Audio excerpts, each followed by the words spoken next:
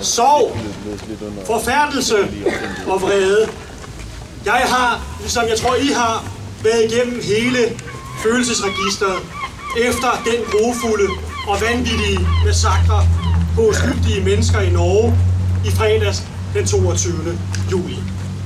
Vi føler os alle i hjertet som nordmænd i disse dage. Vi sender vores medfølelse, og vi føler solidaritet med det norske folk. Ikke mindst med de mange pårørende, der har fået revet deres elskede væk på grund af denne meningsløse og vanvittige tragedie. At der er tale om en velforberedt og politisk motiveret aktion mod Socialdemokratiets norske partifæller, Arbeiderpartiet, vækker de frygteligste minder om de grufulde mord på de svenske topsocialdemokrater Olof Palme den 28. februar 1986 og Anna Lindh den 10. september 2003.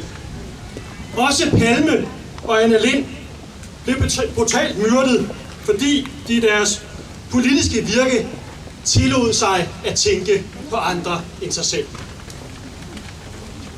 Og fordi de kæmpede for fællesskab, sammenhold og solidaritet, ikke bare i en snæver national forstand, men internationalt, på tværs af landegrænser, etniske, kulturelle og religiøse skel. Tragedien bliver på sin vis ekstra stor, når nogen brutalt myrdes af de mørke og onde kræfter, de har viet hele deres liv til at bekæmpe. Men vi skal ikke lade os kue. Vi skal ikke lade os fornedre. Vi skal, som Norges statsminister Jens Stoltenberg sagde det så flot i mindesgudstjenesten i går, sige: når en mand kan udrette så meget ondskab, så skal vi tænke på, hvor meget vi tilsammen i fællesskab kan skabe af kærlighed. Den brutale massakre i Norge aktualiserer en helt fundamental debat om, hvorvidt svaret på denne terror er endnu mere kontrol, overvågning og bevæbnede vagter.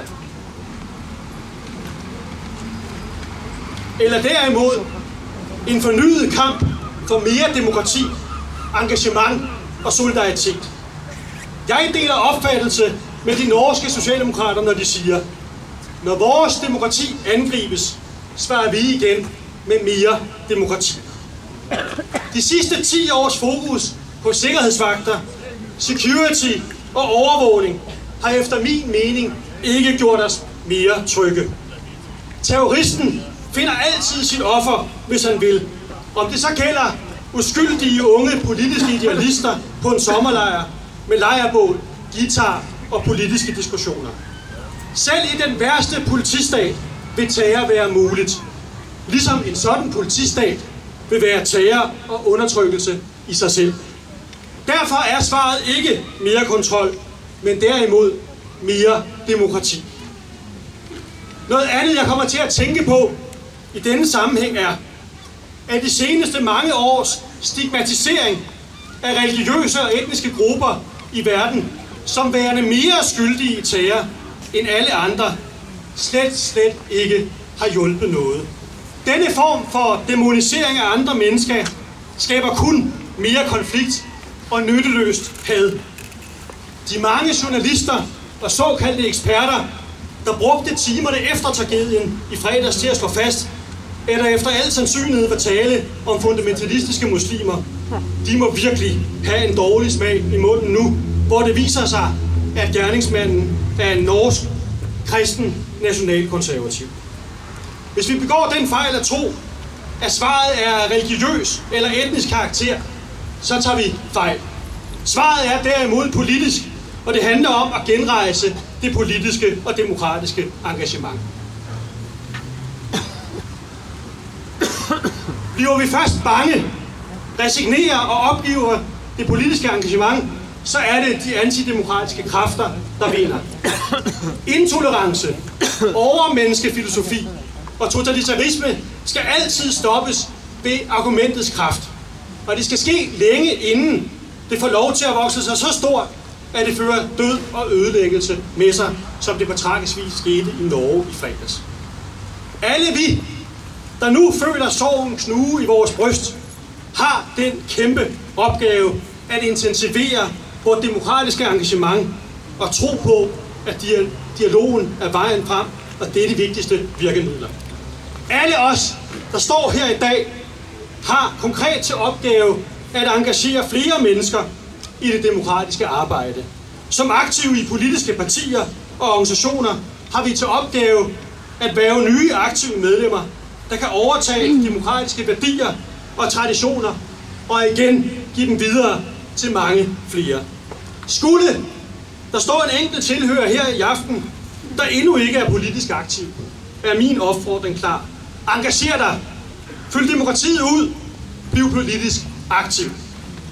Som Olof Palme sagde, politik er at ville. Som forældre har vi også til opgave at opdrage og engagere vores børn i den demokratiske tradition. Alt dette skal tragedien i Oslo og Utøya anspore os til. Vi skal som vores demokratiske forfædre huske på, at det er ordet, ikke sværdet, der skal styre vores liv og fællesskab.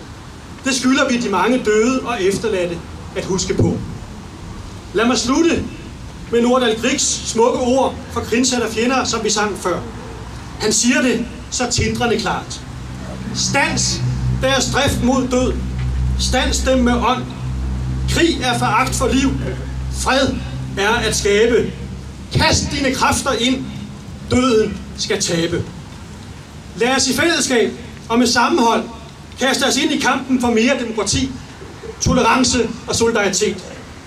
Lad den sorg, vi føler, sætte sig som en kollektiv erindring om, hvor vigtigt demokrati er. Lad den forfærdelse, vi føler, give os nye kræfter, større mod og mere politisk engagement.